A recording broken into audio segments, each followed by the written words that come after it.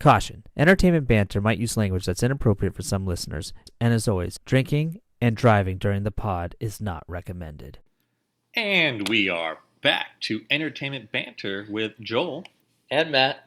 here drinking our eggnog on a special festive evening. Evening. Yes. Let's just say it's near Thanksgiving.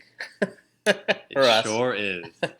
Now, tonight we are going to talk about video game systems. From Yes. new to old, from old to new. And I'm going to talk about my personal experiences with those video game systems. I think this whole talk will probably be about Oh, personal okay. experiences, don't you You think? You never know. Sometimes know. other people had other experiences. But What? What? I don't know. I'm moving on already. So here we go. So the first system I remember playing was Atari.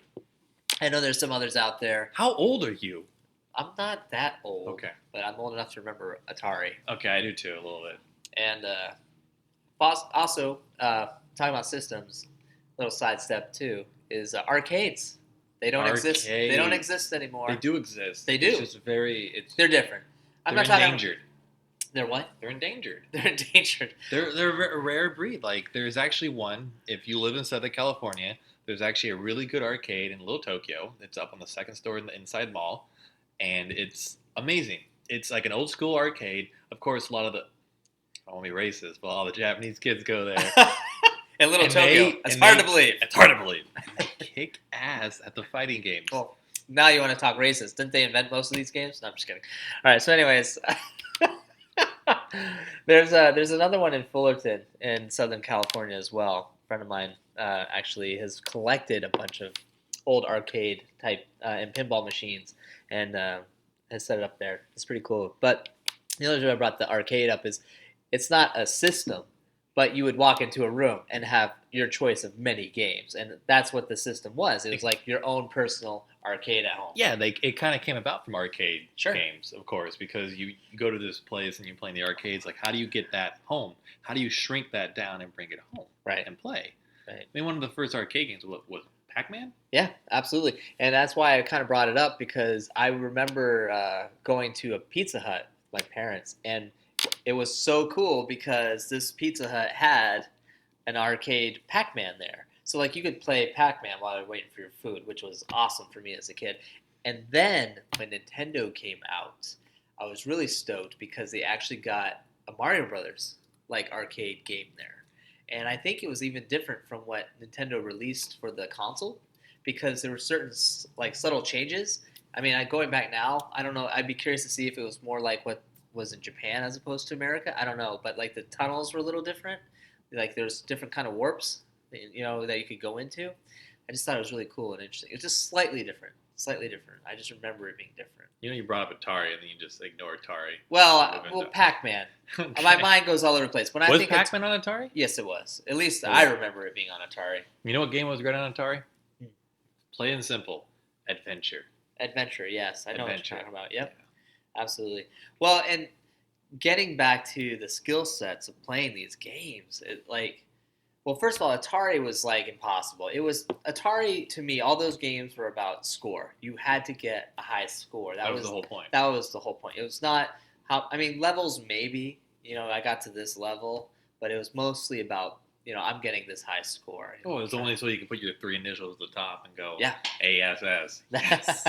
You know, I made it. But Right. it's funny you mention difficulty and getting the score, because kids these days, Yes. oh my god, Well, that's- kids yeah. these days, Yeah, they don't know they how don't good know they have it. the struggle. Right. They can just go, oh, let me just save this real Right. quick and I'll come back. No, F you. Right. Not like that. I used to leave the TV on, Yes. paused, because my mom would be like, we're going on errands, you gotta come. And I'd be like, shit. Yeah. I never understood what saving was. Like, Right. you learned a little You bit didn't from, like, have that, and you hoped your role-playing system games, but if didn't you're burn playing, out like, or something. if you're playing Battletoads Yeah. or Mega Man or some shit like that, Oh my gosh. you pause that game Mega Man. and you turn the TV off and you get pissed off if someone hits that. Oh. Well, at least Mega Man, they gave you cheat codes, and they also gave I remember you writing those down. and they also gave you passcodes. So like if you got to a certain level, but I gotta tell you, you had to have that pen and paper ready to go, because that code popped up there. You need to write it down wicked quick. Yep. And that's what.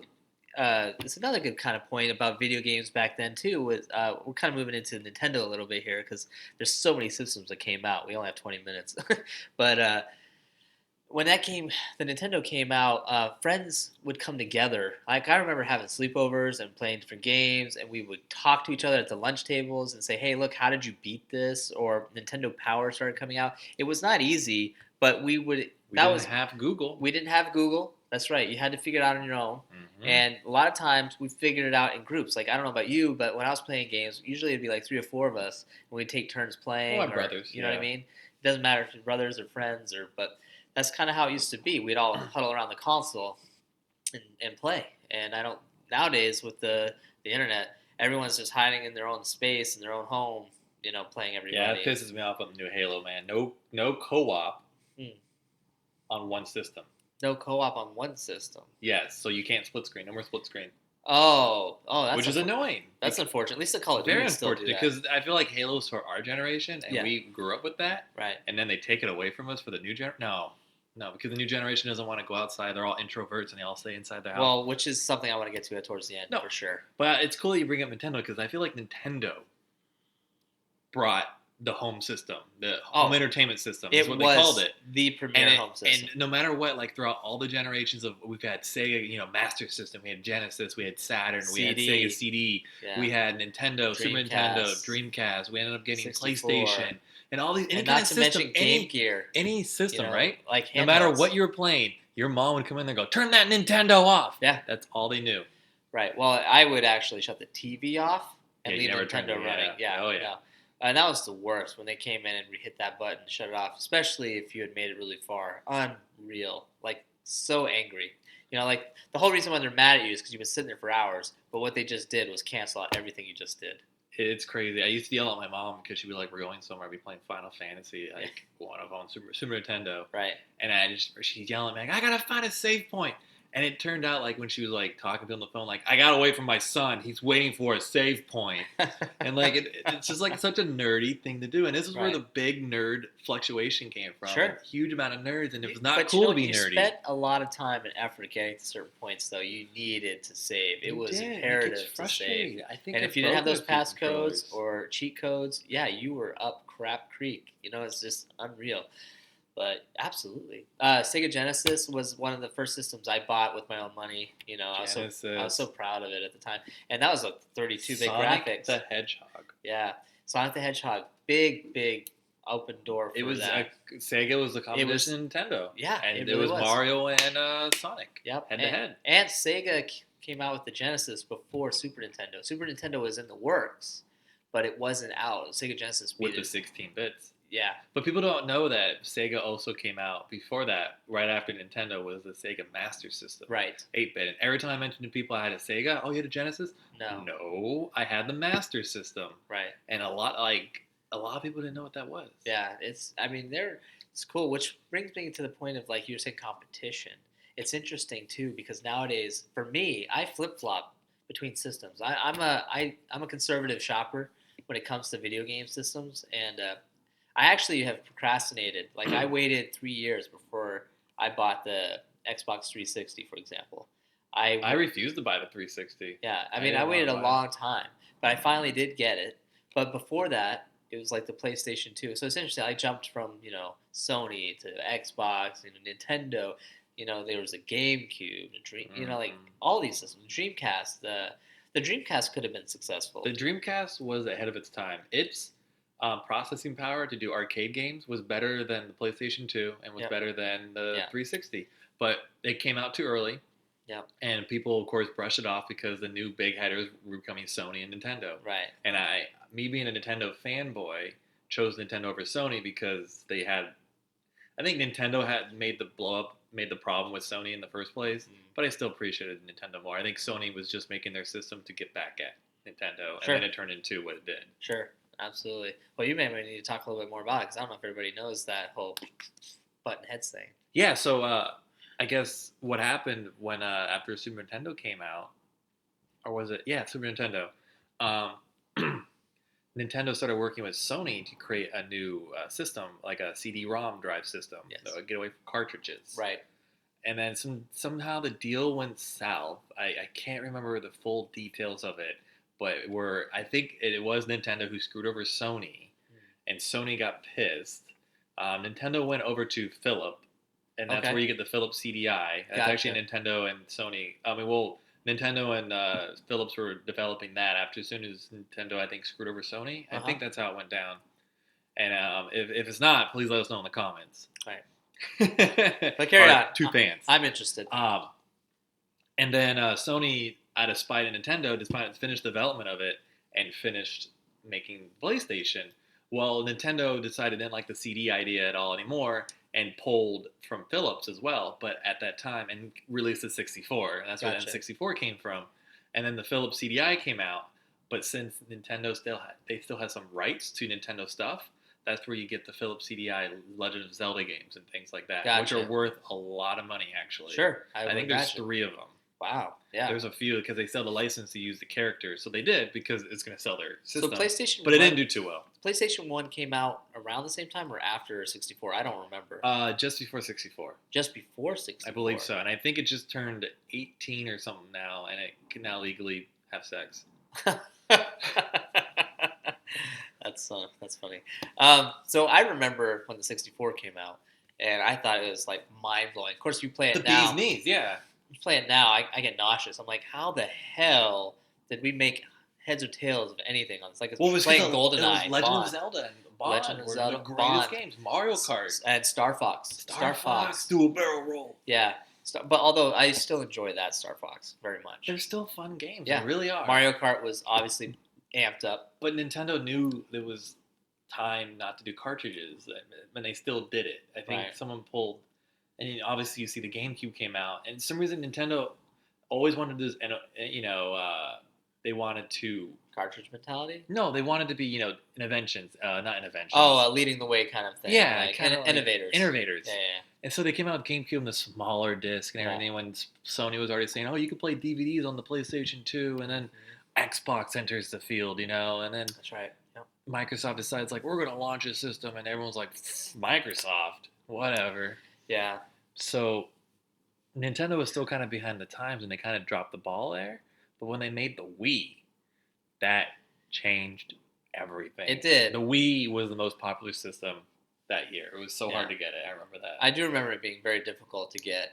And the idea and the concept of it was pretty cool. But to me, it never really worked. I wanted it to be more than what it was. I remember buying an Indiana Jones game just for fun. And just to, whip that controller around as a Indy's whip, it never read the way I wanted it to read. And so we move on to maybe like Xbox and the Kinect. It was a better reading system, but it still was laggy, in my opinion, and frustrating. And it's great that Nintendo released it and it changed the gaming. And then, again, they kind of dropped the ball because then the Xbox One came out. And this is more recent. I guess we sped through a lot of time. Well, we'll go back. We'll go back. We'll definitely go back because I want to bring up some other issues. Yeah, me too. Of course I do too. But we passed on to, Nintendo dropping the ball again and getting close to bankruptcy and doing stuff like that because Sony and Microsoft are the ones battling now because, well, let's face it, Halo made Xbox into what it was. Absolutely. And still won't buy Sony systems. Actually, I bought one Sony system. That's it. I wouldn't buy another one just because I was dangerously close to buying a PlayStation over the Xbox One, and the only reason why I didn't was I already committed to the year gold membership. A lot of the friends and family were still on it. But I feel like we're getting way off subject, I guess, in the sense of what you were just talking about. But with Xbox One, for example, and their menu system, they're constantly changing it. It's constantly updating. There's constant Did they update it recently? They did. Okay. Is it better? No. I heard it was better. Well, it could be. I don't know. But it irritates me because I was still trying to figure out the old one. The old one sucked. The 360 was so much better. Well, getting back to all of this, I wanted to bring up, and I apologize, but I wanted to bring this up. Video games, back when it was Nintendo and Super Nintendo, and even 64, PlayStation 2, they were all handheld devices before the Wii, before the Wii U, before the Kinect. What do you mean they were handheld devices? Meaning you could just literally grab your controller and play it. Whereas this health movement there's no kicked more. in. Oh, you know what I mean? There was this weird health movement that kicked in, and to me, I thought it was kind of a bogus PR campaign. Where get healthier. No, because I was annoyed because I was thinking about people that had problems, physical conditions where they can't get up and move. And this might be the closest thing that they have to playing. Never thought about that. You know what I mean? To being able to move. And I thought that was kind of crappy. Like this is the only way you can play these games now is get up out of your wheelchair. Like that's kind of douchey. How does that work? I don't know. So I thought. Plus, if you're just lazy and you work all day, why the hell would you come home and jump around your living room for another 10 hours? It's true. I haven't turned on Mario Galaxy in a while because I really like. You have to move a little bit to play the game. You really do. And I remember playing even Legend of Zelda: The Sky Awakening, or no, Sky Sword. There's Skyward so many. Sword. Shit, I'm a huge Link fan too. This is bad. This is really bad. So anyway, I'm playing that game, and you have to pretend you're playing with yourself to swing the sword. I'm not joking. I'd be leaning against the couch. Right. To give everyone an image, I would be leaning against the couch, laying there.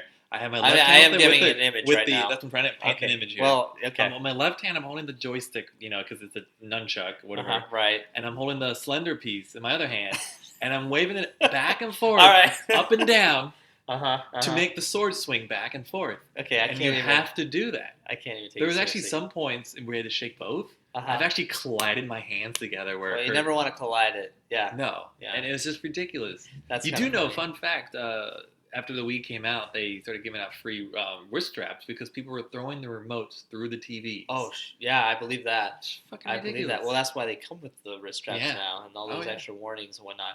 I will say, and though, the condoms. with the moving on of the internet phase of gaming, you are allowed to access more things like downloadable content, which in the past never before.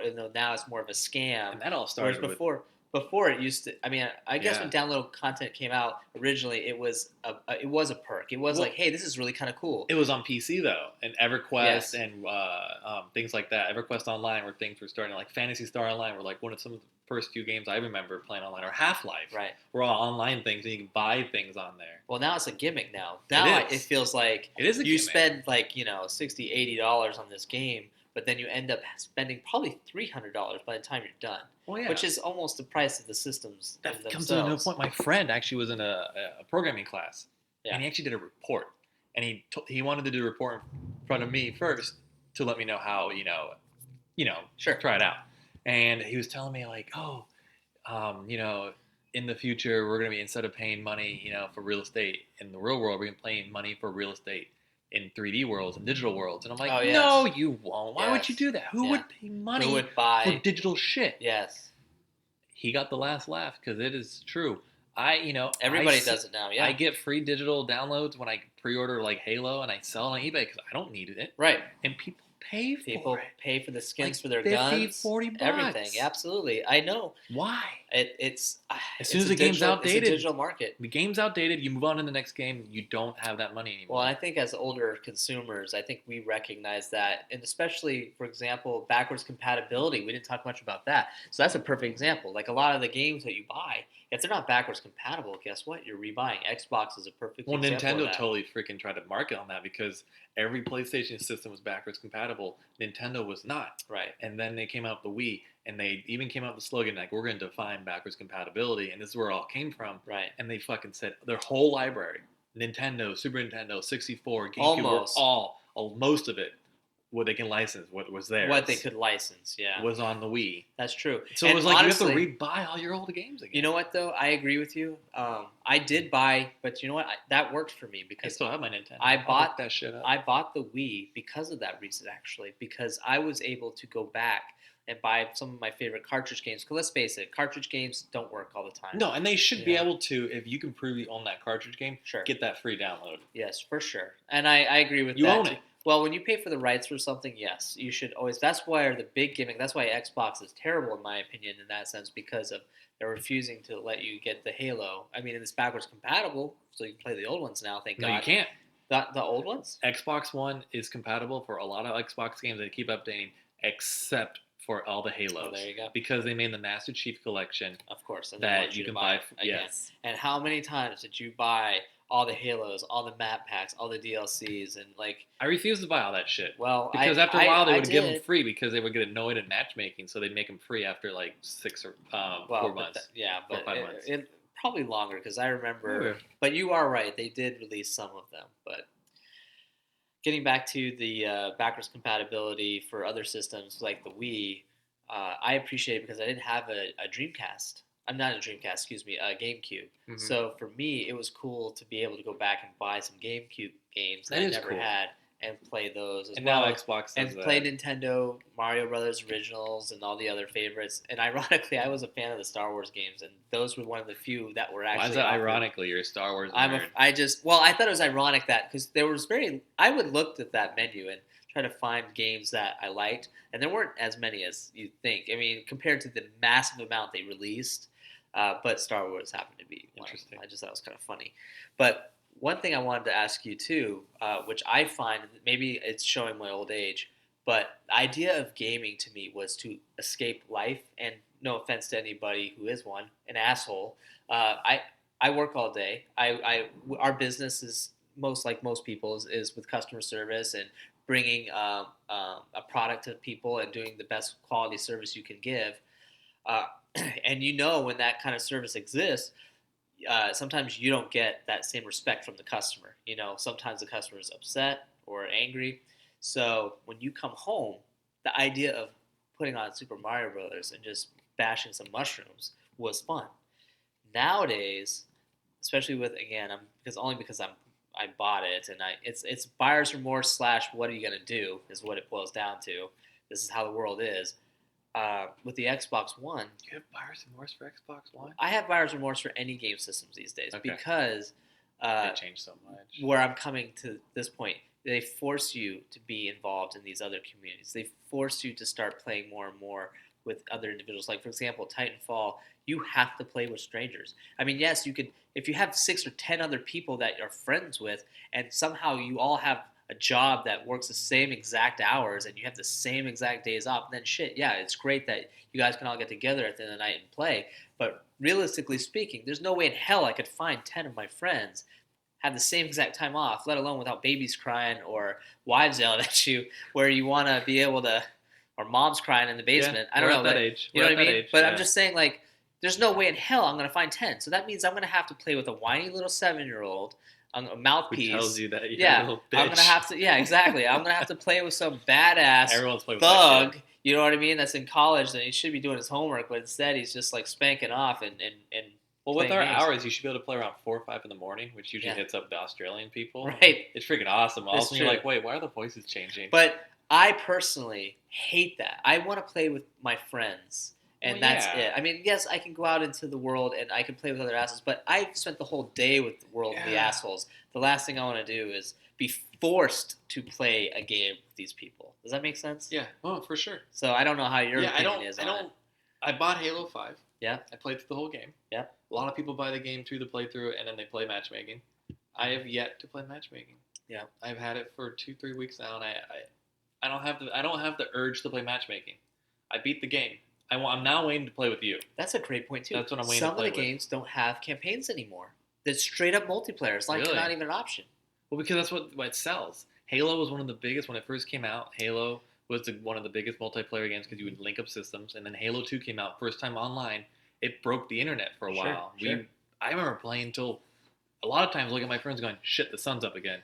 But this is back when we were in high school. We Well, didn't have... when the 360, what got me to buy the 360 was Halo 3, and it was because you could have co-op campaigns, you could have multiplayer. Yeah, the multiplayer- first time co-op campaign. Yeah, I and remember that. multiplayer options, and Mhm. the reason why I bought it was variety. The game in a sense, had multiple games Yes. because you could do a variety of options, Yes. which kept it fresh, kept it new, kept it exciting. Correct. Now it feels like they're just pushing you in one direction. Like you have to you just play with a bunch of people in a big map, and and don't forget to buy a bunch of downloadable content, It seems like the push these days. It does. which is unfortunate. It's pushing It me is away from video unfortunate. games, which is terrible. That's why, you know what's funny? One other thing, because we're running out of time. We are running a lot of time, and there's so much more I wanted to talk about. I'm sorry, I talked a lot. No, but you're good. There's retro consoles being made where they support all of the old cartridges. So, like for example, there's a game console that can support a Sega Genesis game, a Super Nintendo game. Yeah, I've seen those. You know what? Those are all. I think people in our generation, and even like some young age retro people, are like going to those Hipsters. Yeah, because you can go back and buy all used games and you can play them just like they were meant to be. And I think gaming consoles and people that make games today forget that sometimes people just want to fucking break and just play something. Well, that's simple. what's cool about too. If you go look at indie games on Xbox, on the Xbox Live, Yeah, you can go download indie games from people who actually make games that are from our generation. that's true. And they just try to make simple games. Like the one of them, I watched a documentary on Meat Boy. Uh-huh. It was literally just like a side scroller, like Mega Yeah. Man or Yeah. Mario Brothers. It was a little more detailed because of the graphics, but really it was just a side scroller. That's cool. With puzzles. I mean, it was just back to the basics, and that's what they even said. They want to get back to Sure, the basics, absolutely. and make Well, it at least impossible Xbox for you to allows- finish levels without saving. At least Xbox allows that opportunity for people So, that want yeah. to make games. Well, we're pretty much out of time. We ran Well, over a little bit. Let's end this. I want to talk more about Sega and Nintendo, but I guess we can talk about Maybe that another another day. time, yeah. And this is more of a just everything video game basis. But my last question, my Sure. final thought too would be: are you more of a Nintendo fan or a Sega fan? You know what's interesting? That's a great question. If you're talking about like Sega Genesis versus like Nintendo or Super Nintendo, which one? Let's go old school. Super Nintendo. Nintendo and Sega Genesis. Okay, Because that's what really Super started the Nintendo, battle Sega right there. Genesis. Well, I am slightly partial to the Sega Genesis only because, like I said, it was the very first system I bought with my own money. It's fair. I was totally stoked about Sonic the Hedgehog, and there was a Spider-Man game I liked. The graphics were different; they were a little more intense. The stories were different. They were, even though like there was 2 turtle games that came out, their stories were slightly different and fun. So I'll lean towards the Sega Genesis. I mean, but to me, the real question is the characters. I mean, because there was very unique characters that came with different console types, Sega, Nintendo. So True. they're lovable characters, and in that sense, I love them all. I can't say I love Mario more than Sonic the Hedgehog. They're just different, but they're both equally iconic in my mind. They're great characters. Sure. I'm a Nintendo. There you go. You did say that numerous times. I did. So. All right. Well, we almost ran over on this one. So Yeah, we will have to come back. Sorry if we jumped around a bit. It's just a lot of things that got us excited. Yeah, this is a good we subject. we will have to come back to this and visit one. I guess we should stick with a generation or a decade at a time next Yeah. time because this was Turn it down. It's way more than we thought we would. yeah for sure, and we were almost going over right now. So I mean, we are over. Yeah. So I hope you enjoyed the episode. All right. Thank you. Have a good night. I'm done. My outros are better than Joel's. Don't believe me? Watch the next video.